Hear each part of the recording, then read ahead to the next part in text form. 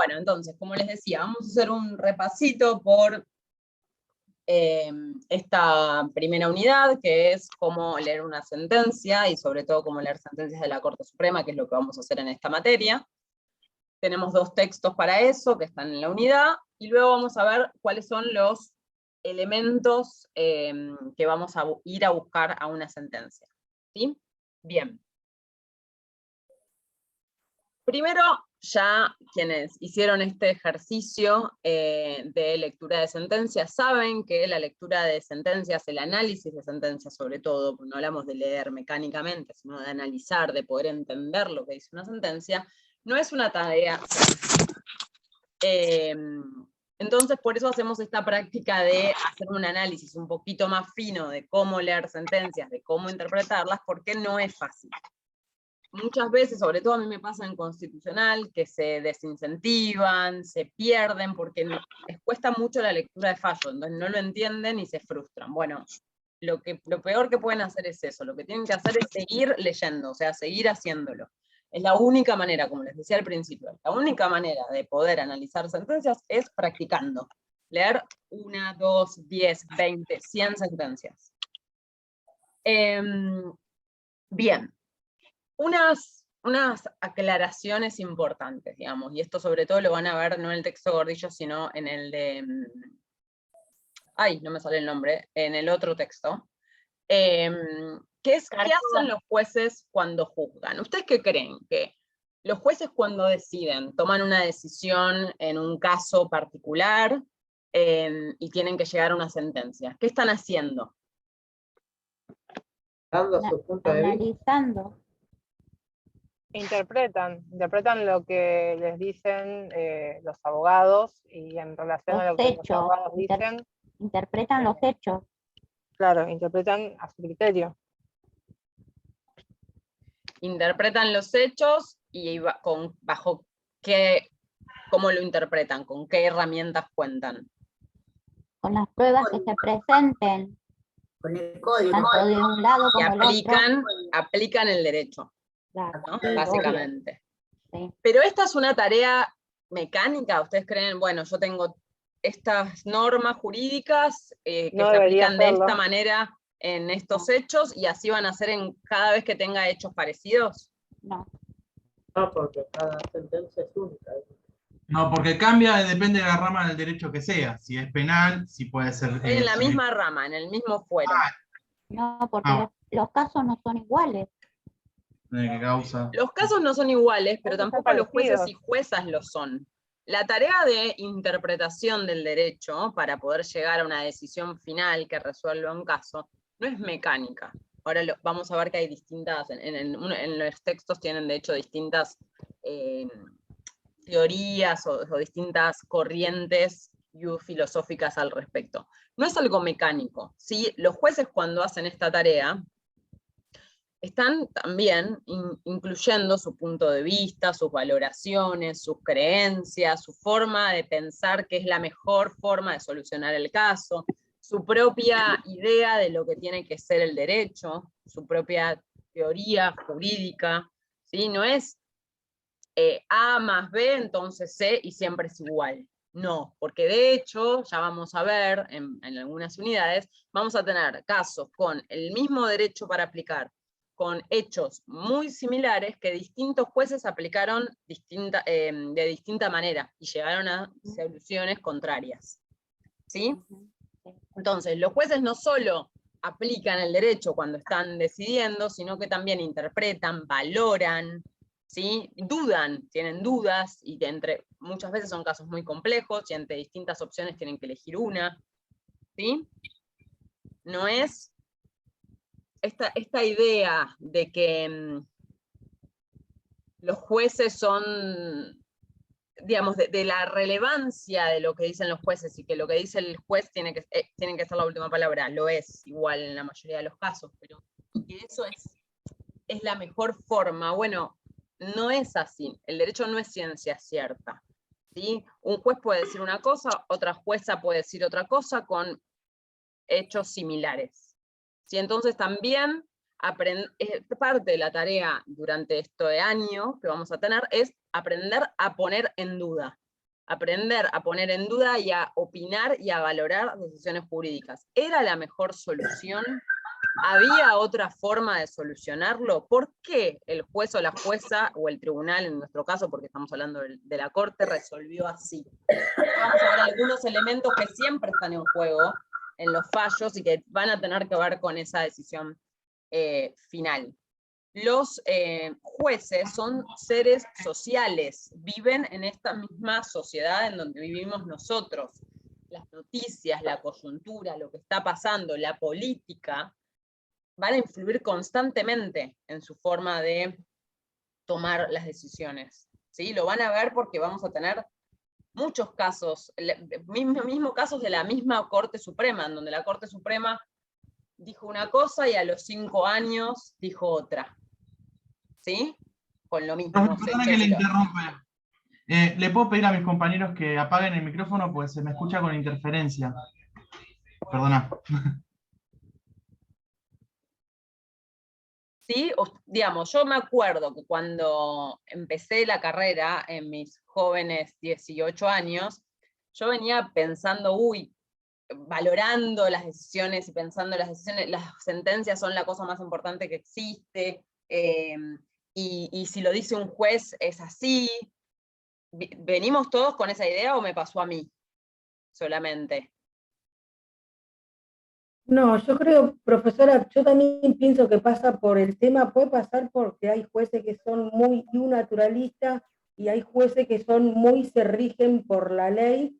¿Puede pasar también por eso? Que cambian algunos. Sí, entre muchos otros factores. Tenemos jueces que son católicos, jueces que son judíos, jueces que se criaron en un country, jueces que se criaron en una villa, jueces que, no sé, tienen una cabeza analítica de una manera y otros analizan las cosas más socialmente. Hay todo lo que nos rodea, digamos, pero piénsense a ustedes, porque los jueces son personas como nosotros. Piénsense a ustedes cuando toman una decisión. Cuando toman una decisión, todo lo que los rodea son parte de esa decisión. ¿Sí? Es parte de cómo van a llegar al resultado al que van a llegar. A los jueces les pasa lo mismo. ¿Sí? O sea, profe, ¿juzgan según su criterio y no lo que está escrito por la ley? Lo que pasa es que lo que está escrito en la ley es interpretable. La ley no se interpreta de una sola manera. Nosotros podemos ver la misma norma, nosotros podemos ver la misma norma y yo puedo interpretar una cosa y usted puede interpretar otra. Y eso pasa con la mayoría de las normas, porque depende de nuestra valoración. ¿Sí? Y más si tiene ideología, queda con esa ideología. Sí, pero no le pongamos... A ver, muchas veces es algo negativo, pero no le pongamos, yo no le quiero poner una connotación negativa, es así, no hay forma de cambiar esto. O sea, somos personas, si las normas las interpretan personas, siempre va a haber distintas alternativas. Y también siempre va a haber fallos, también puede haber errores, porque somos personas. Digo, por eso saquémonos la idea de que los jueces son seres de otro planeta que vienen y resuelven las cosas como tienen que ser, porque en el derecho cómo tiene que ser no existe. ¿Sí? Y si quieren, para la clase que viene podemos hacer un ejercicio de agarrar una norma y que ustedes me digan cómo lo interpretarían en un caso y yo les digo cómo lo interpretaría yo o qué opciones posibles de interpretación hay. ¿Sí? Pero lo vemos en grandes temas de discusión, por ejemplo, si había que aprobar o no la interrupción voluntaria del embarazo, para poner un ejemplo muy reciente. Algunos pensaban que sí, otros que no, de acuerdo al mismo ordenamiento jurídico. ¿Sí? Ese lo que si no, no existiría tampoco la apelación, la revocación de sentencias. O sea, el tipo es uno, pero la forma de interpretarlo son muchísimas, como lo viene diciendo Noelia. Y ahí depende también del juez. Sí, todo lo que dijo. O lo que significa la libertad de expresión. Bueno, está bien, todos tenemos derecho a la libertad de expresión. Bueno, pero ¿eso qué significa? ¿Cómo lo llenamos de contenido? Entonces, ¿qué pensamos de la protesta? Bueno, algunos con la misma norma sobre protesta social me van a decir, bueno, para mí tiene que pasar esto en un caso concreto y para mí tiene que pasar lo otro.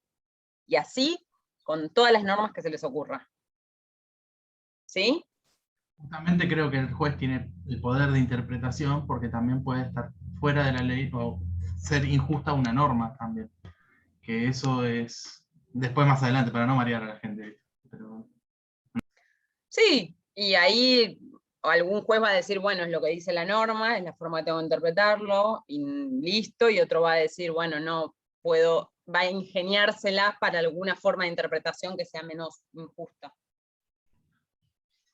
Pero lo importante es que sepan es que no hay una verdad revelada en el derecho. Las normas, para cada quien lo lee, dicen una cosa distinta, ¿sí? Y los jueces se enfrentan a ese desafío, ¿sí? Pero también es como nosotros tomamos esas sentencias. Cuando veamos en los medios, cuando nosotros acá analicemos sentencias, tenemos que tener la capacidad crítica, desarrollarla, ¿sí? Para eso vamos a estar trabajando este año, tener la capacidad de ser críticos, de pensar, ¿había otra solución posible? ¿Esta era la única forma de resolverlo? ¿Es la mejor forma, de acuerdo a mi punto de vista, de resolver esto? ¿Sí? Y ahí ustedes también van a ver justamente cómo hay distintas formas de interpretarlo, y cómo sus propias convicciones, su propio contexto social, económico, cultural, etcétera, va a influir en su forma de pensar. ¿Sí? Va a influir en su forma de interpretar el derecho. Por más que no sean jueces, ustedes hoy, cuando yo les pregunto qué opinan de la interrupción voluntaria del embarazo, qué opinan de la protesta social, qué opinan de la eutanasia, qué opinan de lo que quieran, a ustedes también se les juegan todas esas cosas. Y a mí también, obviamente. ¿Sí? Profesora, una preguntita. ¿Los jueces también se basan mucho en las opiniones consultivas para algún fallo? ¿O ¿Opiniones consultivas de qué? De otros fallos, por ejemplo, parecidos. ¿Pero qué es una opinión consultiva para vos? Y sobre los derechos que están vulnerando, por ejemplo. ¿No querés decir jurisprudencia? Claro, jurisprudencia es una cosa, opinión consultiva es otra. En la jurisprudencia sí, y ahora en la clase que viene, en la unidad 2, vamos a ver qué valor en nuestro sistema jurídico tiene la jurisprudencia, ¿sí? Y sobre todo qué valor tiene la jurisprudencia de la Corte Suprema, eso ya lo vamos a ver, pero opiniones consultivas son otra cosa, son justamente opiniones. Si es una opinión de un órgano jurisdiccional sobre un tema, pero que no sienta derecho, o sea, no resuelve un caso, dice, ante esta situación debería resolverse de esta forma, hace una recomendación. Eso, por ejemplo, lo puede hacer la Corte Interamericana de Derechos Humanos, la Corte Internacional de Justicia, la Corte Suprema de la Nación, por ejemplo, no hace opiniones consultivas, y ningún juez o jueza de nuestro Poder Judicial hace opiniones consultivas. Muchas gracias, porque tenía esa duda. Gracias por sacarme esa duda. Gracias. Perdón, eso que dijo la compañera sería buscar un precedente, ¿no? De otro fallo. Exacto. Ya vamos a ver la clase que viene, el valor de los precedentes en nuestro sistema. Bueno, bien, dicho esto, aclarado este punto de no hay ciencia cierta, no tenemos nada firme a lo cual agarrarnos, yo lamento, a todos nos encantaría que nos dijeran, el derecho es ciencia y listo, y me agarro a esto y tengo seguridad de que si pasa esto se resuelve de esta manera. Bueno, saquémonos esa idea de la cabeza ya desde hoy, no va a pasar nunca, eso no es el derecho, no nos va a dar eso esta carrera, nos va a dar otras cosas, que es mucho más rico, mucho más interesante, mucho más nutrido, pero no va a darnos seguridad, eso sépanlo. Bien, y acá tenía en el texto, que les digo, que no es el de Gordillo, sino el otro, tenemos algún repaso sobre distintas doctrinas o teorías de filósofos del derecho que nos traen qué hacen los jueces cuando deciden. El primer ejemplo que trae el texto es el caso de Cosio, que hacía dos clasificaciones, ¿sí?, entre los métodos de interpretación. Por un lado, estaban quienes tomaban al derecho como un hecho único y verdadero, ¿sí? Lo único que tenían que hacer los jueces era ver los hechos, ver el derecho que tenían que aplicar y resolver sin ningún tipo de intervención interpretativa, por decirlo, o subjetiva, porque el derecho era único y verdadero, y lo que se resolviera, lo verdadero, ¿sí? Y luego, en el segundo grupo que separaba Cosio, está también incluida la escuela de Kelsen, que ahora lo vamos a ver, que lo caracterizaba como grupo voluntarista, justamente porque habla de que en las sentencias interviene siempre la voluntad, ¿sí? La voluntad de la persona que está resolviendo, como en todas las decisiones de nuestra vida, en una sentencia también interviene la voluntad de la persona que va a resolver, ¿sí? Luego tenemos a Kelsen, que va a tener obviamente una estructura mucho más compleja, seguramente lo habrán visto en alguna materia de teoría del derecho. Lo que va a decir es que el trabajo, la actividad interpretativa del juez va a conjugar conocimiento y voluntad, ¿sí? Esta idea que decíamos recién del grupo voluntarista, bueno, lo mismo, acá hay conocimiento y voluntad, creación y aplicación de la ley, no es solo aplicar la ley, también se crea a través de una sentencia, ya que los jueces tienen multiplicidad de opciones. Acá da un ejemplo muy burdo, pero hay ejemplos mucho más complejos en nuestro ordenamiento. Acá solamente habla de qué pena establece, si esto de, bueno, el homicidio, la pena es 8 a 25 años, y un juez va a interpretar dentro de esa escala de 8 a 25 años, ¿cuál es la pena? Bueno, para hacer esa interpretación de, bueno, te corresponden 8, te corresponden 9, te corresponden 15, o te corresponden 25, el juez lo que está haciendo es valorando, bueno, a ver, cuán grave fue, cuál era el contexto, cómo fueron las circunstancias del homicidio, y ahí va a establecer una pena, ¿sí? Y lo que dice Kelsen es que cuando los jueces hacen eso, están creando derecho. Y por último, hay algunas doctrinas de derecho más en el texto, pero yo les hice una breve selección. Va a venir esta idea de Hart, ¿sí? Que ya acá le mencionaba un poco, lo mencionaba Kelsen, que es la idea de que la tarea de un juez es constitutiva, ¿sí? Va a constituir derecho, ¿sí? Cada vez estamos más lejos de esa idea del derecho como verdad única revelada, ¿sí? En este margen de discrecionalidad que van a tener los jueces tienen una tarea creativa, crean derecho, ¿sí? Bien, ¿hasta acá estamos bien? Sí, sí. Bueno. Sí, profe. Van a ver que el texto de Gordillo sí, profe, va a hacer algún repaso sobre algunos puntos de cómo leer una sentencia, en esta tarea más mecánica de qué tengo que hacer cuando voy a leer una sentencia. Vamos a hacer un breve repaso acá, y luego traigo algunos puntos que están en el video que les digo mío, y lo van a ver después de la clase. Denme un segundo nomás, que quiero ver algo. ¿Ustedes ven el Power? Sí, profe. sí, profe. Sí, profe. Perdón, Ya voy.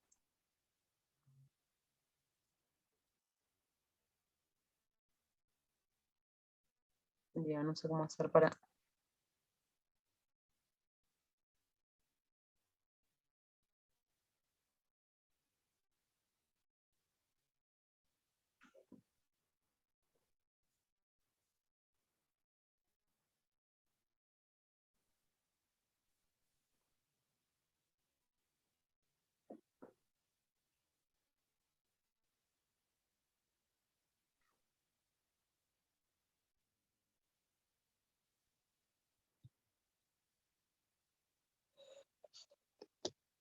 Bien.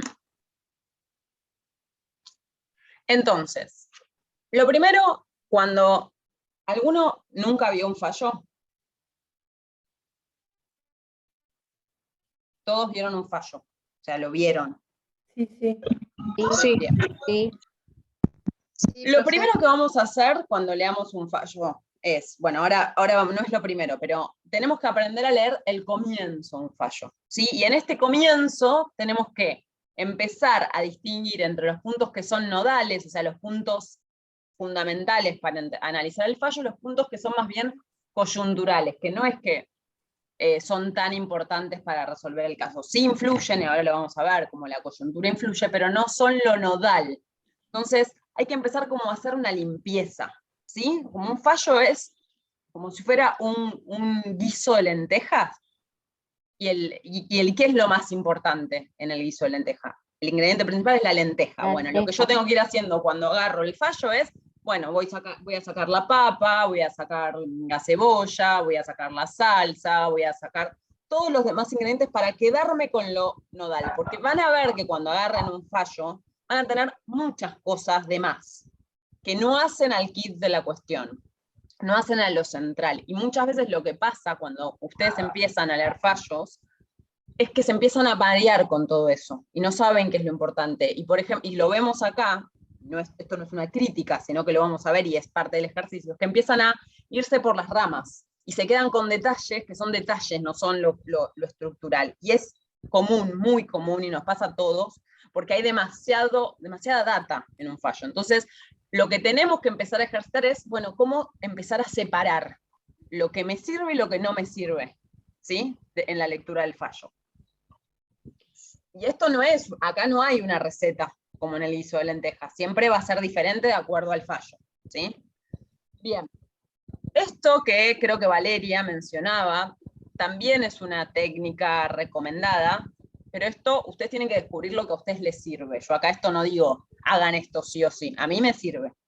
A ustedes quizás al principio, no sé si les va a ser tan fácil, tan útil, después seguro que sí, pero esto lo tienen que probar. Esto es ir al final. Mucha gente, yo por ejemplo, cuando agarro una sentencia, lo primero que hago es me voy al final de la sentencia, no me importa nada lo que hay antes. Primero necesito saber qué dijo el juez al final, qué resolvió, ¿sí? ¿Cómo resolvió? ¿Le dio la razón al actor o actora o no le dio la razón?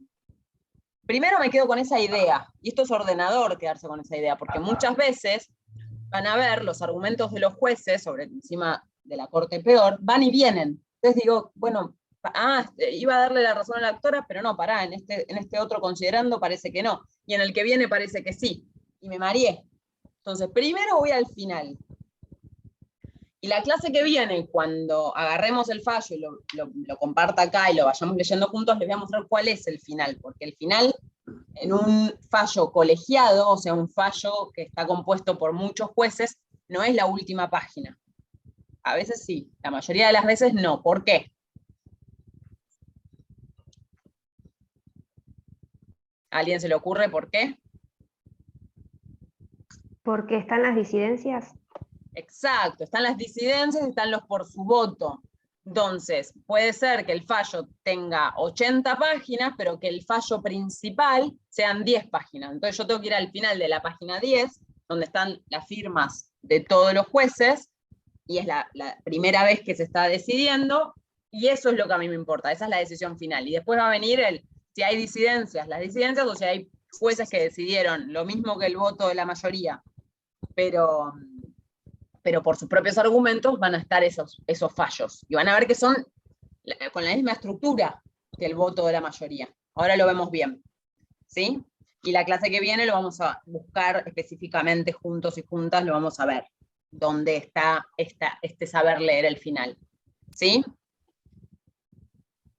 Bien, bueno, esto también es importante leer la letra chica, pero no perderse en los detalles, ¿sí? Poder separar los detalles y me los dejo para después. Después me fijo en los detalles, pero primero necesito entender la cuestión principal. Saber leer lo que no está escrito, esto es fundamental en los fallos, ahora lo vamos a ver. Hay que prestar mucha atención al contexto, al político, al social, al económico, al temporal, en qué año estoy, en qué mes estoy. ¿Sí? Buscar la realidad de los hechos, porque todos esos hechos, recién lo decíamos al principio, van a influir en la decisión, sí o sí. ¿Sí? No es lo mismo un fallo que tomó la Corte, una decisión a la que llegó la Corte Suprema durante la pandemia del COVID, que sin la pandemia del COVID. Se los aseguro. Influyen los hechos en los fallos. Entonces esto hay que prestar atención. Ahora cuando veamos qué vamos a ir a buscar al fallo, vamos a volver a este punto. No centrarse en la literalidad de las normas, esto es un error muy común. Ustedes cuando van a exponer los fallos me van a contar normas, me van a hablar de normas. La ley dice tal cosa, y a mí no me importa. Yo hay fallos que ni sé de qué ley hablan, o sea, no me sé el número de la ley, porque no me importa.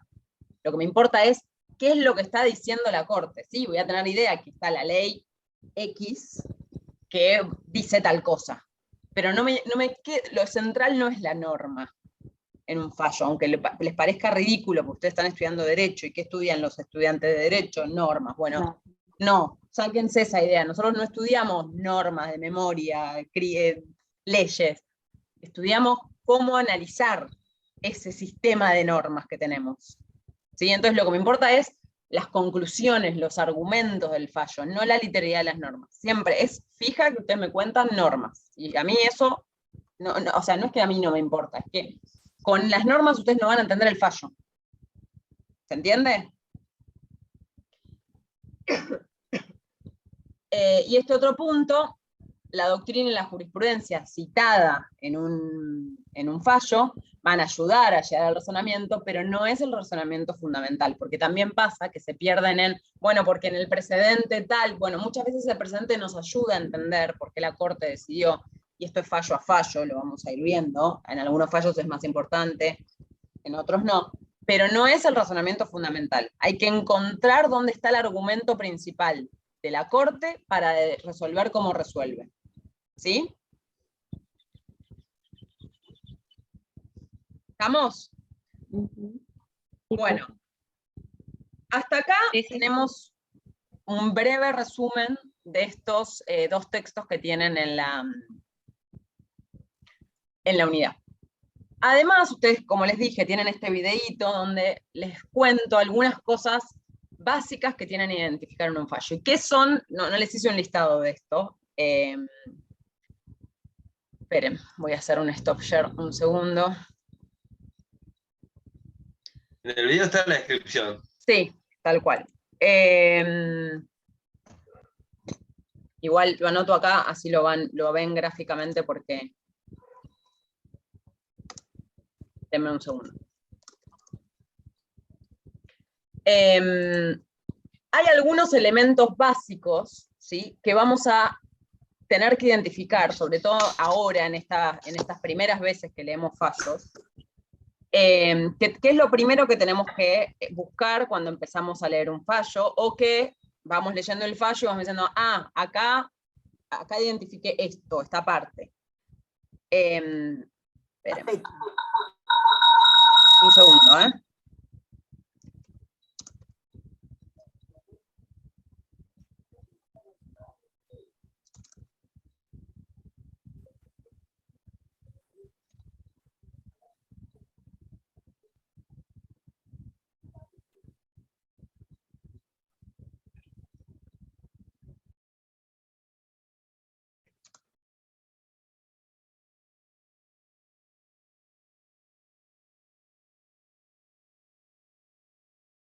Bien.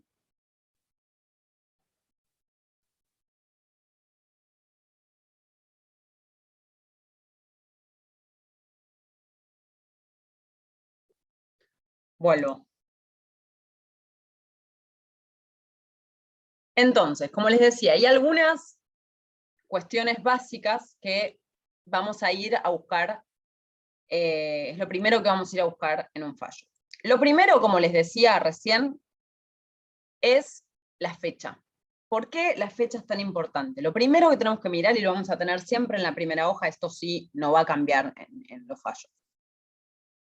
Porque la fecha nos va a hablar del contexto, ¿sí? De en qué momento estamos. Si yo tengo un fallo, por ejemplo, del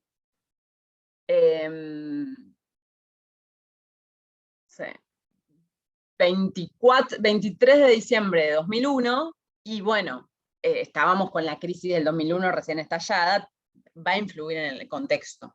Si yo tengo un fallo del año del 2020, de abril del 2020, y bueno, pandemia de COVID-19 recién avanzada, eso va a estar seguro en el fallo. Pero no solo eso, todo, o sea, digamos, cosas no tan como una crisis, van a influir en el fallo, quién estaba gobernando, cuáles eran las discusiones de ese momento, las discusiones políticas de ese momento,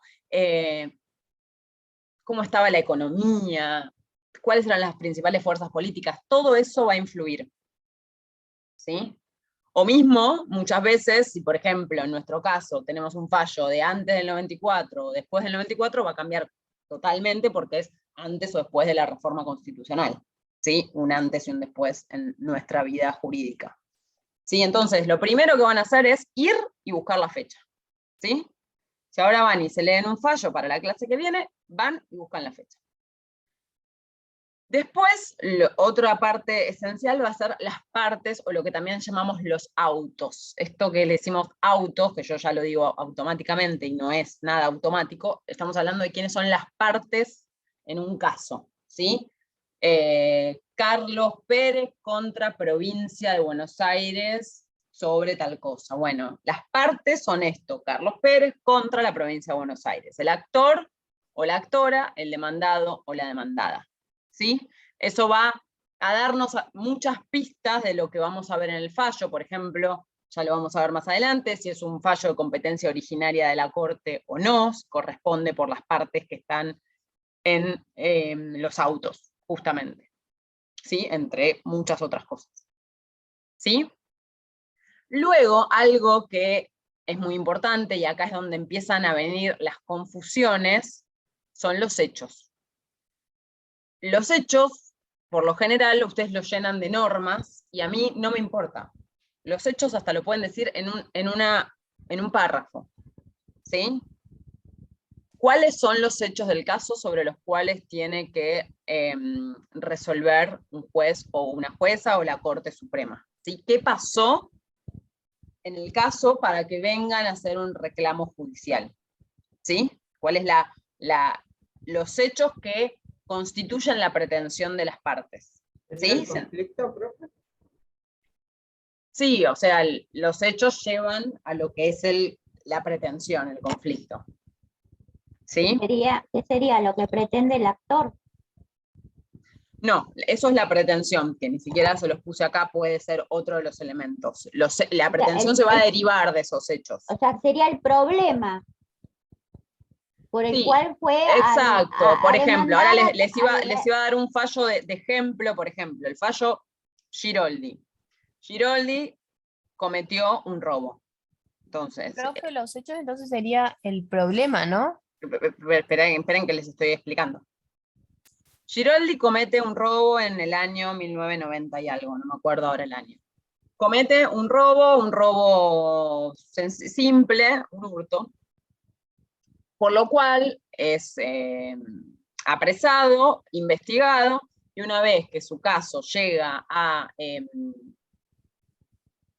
la Cámara, ya no me acuerdo, se le impide, lo condenan, y se le impide la apelación, por una norma que existía en ese momento en nuestro ordenamiento jurídico, que impedía se le impide la apelación a la Cámara de Casación, ya esto lo van a ver en penal, y le dicen tiene que ir directo a la Corte. Con lo que eso implica, digamos, básicamente es que te van a rechazar el recurso extraordinario, que tenés que presentar una queja que tenés que pagar, etc. Esos son los hechos. Giroldi en el año tanto cometió un robo, les estoy dando pocos hechos porque no me los acuerdo realmente, y pasa esto, digamos, que él es condenado, se le impide la apelación, entonces ahora reclama que él no tiene esta oportunidad de la doble instancia, ¿sí? Lo que constituye el caso Giroldi es que Giroldi se queja porque no le permiten la doble instancia. La doble instancia es una garantía penal de tener doble instancia de apelación ante una condena. ¿Sí? Todo esto son los hechos. La pretensión lo podemos resumir aún más. La pretensión de Giroldi es que se le reconozca el derecho a la doble instancia, y puedo limpiar todo lo demás de los hechos, no importa si él robó o no robó, qué pasó antes. Su pretensión es que le reconozcan el derecho a la doble instancia, ¿se entiende? Sí, perfecto. ¿Sí? Bien. Sí, profe. Excelente. Pero ven que para todo esto yo no les dije, en la ley, o sea, sí lo pueden incluir y hacer unos hechos más robustos, pero no es que ustedes me tienen que contar, que el artículo tanto de la ley tanto dice, lo pueden incluir. Pero primero intenten ser claros con los hechos, no se pierdan y hagan, cuando hagamos ejercicios de identificar estos puntos, no me hagan 2 carillas de hechos, porque ahí yo ya no termino de entender si ustedes saben cuáles son los hechos o no. ¿Sí? Bien, después va a venir, perdón, y algo importante, los hechos muchas veces no están al principio, por más que a nosotros nos parezca lógico y debería ser lo que debería pasar, que en segundo considerando vengan los hechos, muchas veces los hechos están desparramados por todo el fallo.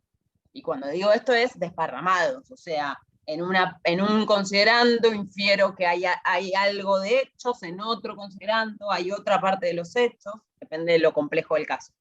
¿Sí? Y hay otros fallos que no, que el juez es más ordenado y me los pone al principio todos juntos. Entonces yo entiendo más fácil.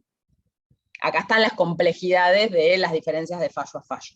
¿Sí? Entonces la tarea de identificar los hechos a veces no es tan sencilla. Bien. En los hechos, muchas veces, pueden estar incluidos, en el relato, a esto que les digo cuando están al principio, lo que pasó en las instancias anteriores. Por ejemplo, en el caso Giroldi, las instancias anteriores son parte de esos mismos hechos, porque tiene que ver con lo que está reclamando Giroldi. Muchas veces las instancias anteriores a veces ni siquiera las van a encontrar en el fallo de la Corte, y otras veces sí. Eso lo tienen que buscar. Pero muchas veces es muy importante saber qué pasó en las instancias anteriores. Entonces, busquen, intenten identificar qué pasó, cómo llegué hasta la Corte, qué dijo primera instancia, qué dijo Cámara, hubo un tribunal de justicia de provincia o no, depende si estoy en una provincia o no, depende del caso que tenga, o no hubo instancia anterior porque estoy en una competencia originaria de la Corte, me vine directo a la Corte, esto ya lo vamos a ver, ¿sí? Entonces busquen las instancias anteriores. Pero tampoco irse tanto por las instancias anteriores, básicamente cuál fue el argumento y cuál fue la decisión. Sí. O si no termina haciendo un análisis gigante de todo y, como dice María, es interminable. Exacto, sí. Bien, y después van a ver, va a venir todo el desarrollo del fallo, que básicamente el desarrollo del fallo, considerando le llamamos a los párrafos. Van a ver, en los fallos de la Corte Suprema tenemos un numerito, ese numerito es el considerando. A veces no es un párrafo. Un considerando a veces son 20 párrafos, 5 párrafos, depende, ¿sí? Todo el número es el 1, el 3, el 20, es el considerando. Van a ver que considerando tras considerando, la Corte va a ir dando sus argumentos de por qué va a llegar a la decisión que va a llegar. ¿Sí? Entonces, vamos a buscar los argumentos que basan la decisión de la Corte y la decisión de la Corte. ¿Sí? Y acá ustedes tienen que aprender, y esto es una tarea difícil para todos y todas, para mí, para todos los que leemos fallos, es buscar cuáles son los argumentos centrales, porque muchas veces hay un montón de palabrería en los fallos. Entonces tenemos que buscar cuáles son los argumentos centrales, los que hacen a la decisión de la Corte. ¿Sí? Y luego vamos a tener la regla de derecho, ¿sí? Que va a estar muy vinculada a la decisión de la Corte, pero es, ¿qué me deja este fallo? ¿Cuál es la regla de derecho que resuelve este fallo? Bueno, en el caso Giroldi va a ser el derecho a la doble instancia, que básicamente resuelve la Corte en el fallo, ya se los adelanto, que la ley que impedía que la persona vaya a casación a pelear, a discutir una condena, y que lo mandara directo a la Corte Suprema, era inconstitucional porque no le garantizaba este derecho reconocido en la Convención, en el Pacto de San José de Costa Rica, de la doble instancia penal. ¿Sí? Que yo tenga doble vía de apelación. ¿Sí? Si solo puedo ir a la Corte, tengo una vía de apelación. ¿Se entiende? Sí. Entonces, la regla de derecho es inconstitucional la norma que impide la doble instancia penal. Entonces, las personas a partir de ahora pueden ir a la Cámara de Casación primero y luego a la Corte. ¿Sí? Esa es la regla de derecho. Luego, se lo pongo con ejemplos porque es mucho más sencillo. Luego tenemos lo que se llama el obiter dictum, que acá empiezan todos los problemas. El obiter dictum es, literal, en latín, es más allá de lo dictado. ¿Sí? Más allá de de la regla de derecho. Son cosas que dicen los jueces, y que no lo dicen en todos los fallos, que van más allá de la decisión. Que bueno, aproveché que estoy decidiendo sobre este caso, y de paso te siento posición sobre tal tema. Giroldi tiene un obiter dictum muy famoso, que es por lo cual, por ejemplo, en Constitucional estudiamos Giroldi, que no tiene que ver directamente con la regla de derecho, que la Corte, con haber resuelto que era inconstitucional la norma que prohibía la doble instancia, podía haber dado por cerrado el caso. Pero la Corte no se queda ahí. La Corte va a decir que, como, digamos, como les dije, el derecho a la doble instancia está reconocido por el Pacto de San José de Costa Rica, la Corte va a decir que las decisiones de la Corte Interamericana de Derechos Humanos, que es el órgano tribunal que aplica el Pacto de San José de Costa Rica, tienen que ser una guía interpretativa para los jueces nacionales, los jueces argentinos. Tienen que, cuando van a aplicar un derecho que está reconocido en el Pacto de San José de Costa Rica, tienen que ir a ver lo que dijo la Corte Interamericana de Derechos Humanos sobre ese derecho, para que eso se aplique, guíe la decisión del caso. ¿Se entiende? Va a decir, los fallos de la Corte Interamericana de Derechos Humanos son una guía interpretativa para los jueces argentinos. ¿Eso les parece que tiene que ver con el caso directamente? Podía no decirlo. Es importante, seguro. Pero podía no decirlo. Con decir es inconstitucional la norma argentina que prohíbe la doble instancia, se cerraba el caso, porque era lo que era la decisión de la Corte, la regla de derecho, es lo que tiene que ver directamente con la pretensión. Giroldi no le pidió en su pretensión a la Corte que resuelva si los fallos de la Corte Interamericana deben guiar las decisiones de Argentina. ¿Se entiende? No, pero fija una base para que no vuelva otra vez a pasar lo mismo que le pasó a Giroldi. Sí, está bien, pero también la inconstitucionalidad sentaba esa base. A partir de ahora esa norma es inconstitucional. Ya con eso estaba. Pero ahí tienen que mirar también el contexto, que es posterior a la reforma del 94. Exacto, Giroldi es del 95. El obiter no tiene que ver directamente con la pretensión, no está directamente conectado, va más allá de la pretensión. Hay en casos que no lo van a encontrar y que no hay obiter, en otros sí. Giroldi es un caso donde hay obiter.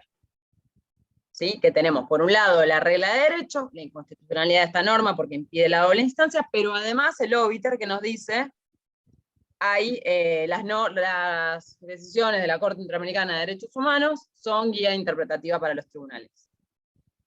En general. No en este caso, en siempre. ¿Sí? ¿Se entiende? Sí, profe. Bien. Perfecto. Bueno, dudas, preguntas, porque hasta acá estaríamos con la unidad, con lo que está obligatoriamente en la unidad 1.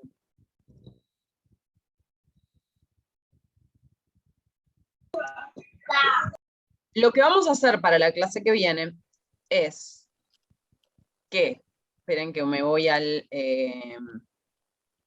campus, denme un segundo. Vamos a agarrar el fallo de tienen 2 fallos en la unidad 2, si no me equivoco.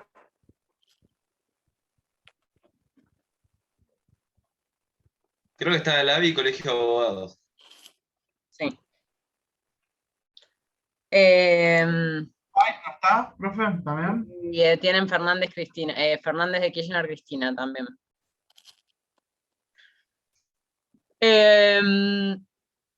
Vamos a agarrar al ABI, al menos. Y vamos a hacer este esquema. Yo ahora después les subo al campus como un esquemita, como si fuera un trabajo práctico, con lo que tienen que llenar, que básicamente son estos ítems, y van a intentar leer al ABI y ir llenando cada uno de estos ítems. Fecha, tanto. Autos, tanto. Los hechos al ABI, tales. ¿Sí? Así hacen este ejercicio de ir identificando estas cosas. La clase que viene al principio vamos a hacer la introducción, vamos a empezar con la introducción más teórica y luego pasamos a los fallos. Pero igual hagan esta tarea. Yo después les subo este esquemita que tienen que llenar y lo van llenando. ¿Les parece? Gracias, profe. Profe, ¿le das una consulta? Sí. Yo me metí en la reunión unos minutos más tarde. ¿Usted brinda algún mail? Sí, está todo en el campus. Primero que Perfecto. mandé un mail, no sé si te llegó. Sí, pero no sé si se puede responder. No presté atención a si se puede responder o no. Porque la mayoría de los profesores lo mandan a un PAS y un PAS lo reenvía y no puedes contestar. No, es una casilla mía de Gmail que tengo ya. Listo, muchas gracias. Bien. ¿Estamos entonces? El trabajo ese resumimos todo lo que podamos y lo hacemos todo chiquitito. Nada de meterle No, eso. como a ustedes les sea fácil, yo lo que les recomiendo es no se pierdan en detalles. Si ustedes me hacen por cada ítem 1 o 2 párrafos, está bien. Si ahí está la información central, está perfecto. Bien, bien. Profe, ¿Sí? ¿el fallo de Alavi está en el campus? ¿Cómo? Sí, está todo en el campus. Dale, gracias. Si no, te puedes meter en la página de la Corte Suprema de Justicia de la Nación y ahí tenés todos los fallos. Exacto. Otra cosa, bueno, si quieren lo podemos hacer ahora porque es temprano. Pueden buscar ahí, pueden buscar en el SAIC, en Infoleg, hay varios lugares para buscar. Esperen.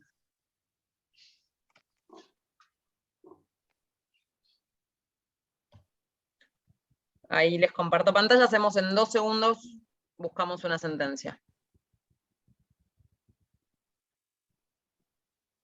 ¿Ven mi pantalla? Sí. Sí. Bien, perfecto. Entonces, vamos a Sentencias Corte Suprema, nos va a aparecer la página de la Corte Suprema. Vamos a ir acá.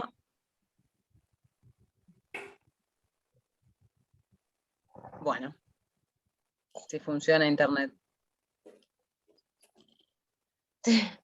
Fantástico. Bien. Y vamos a ir acá, a Sentencias de la Corte Suprema. ¿Sí? Apretamos acá.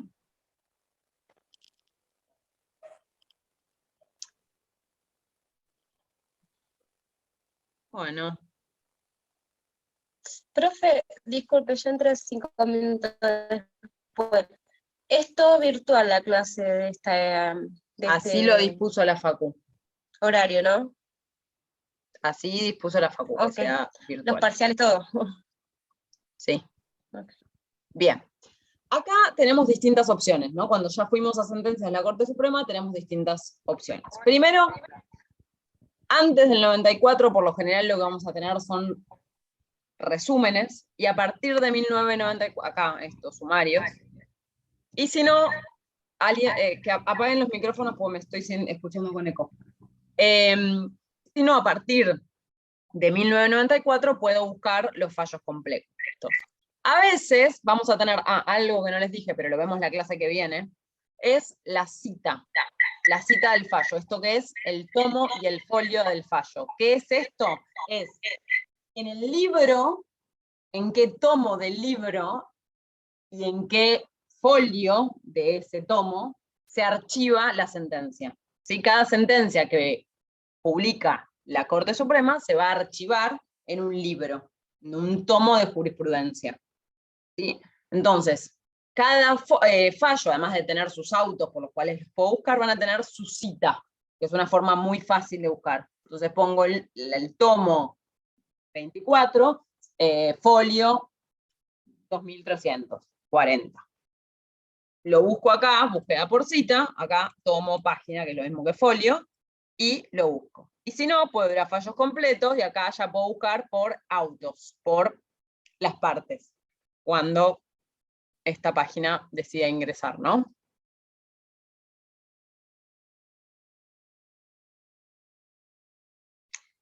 Van a ver que en el campus, por lo general, cuando les ponemos el nombre completo del fallo, van a tener incluida la cita. Entonces, ustedes pueden ir por el auto, bueno, por las partes, o pueden ir por la cita si les resulta más fácil. Bueno, no sé qué está acá. Entonces voy acá, autos, Alavi.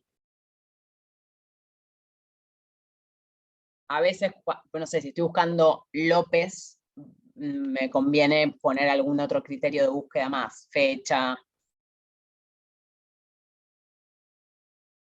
Bueno, está difícil acceder.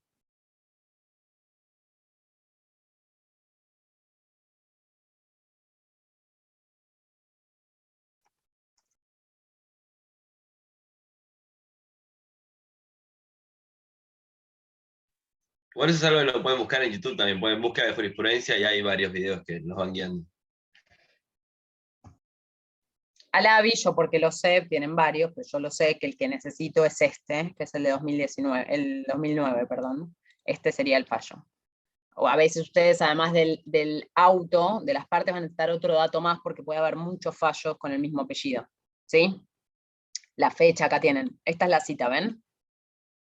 Acá sería 332 el tomo, 111 el folio. ¿Sí? Esa es la forma de citar citas. Bien. Bueno.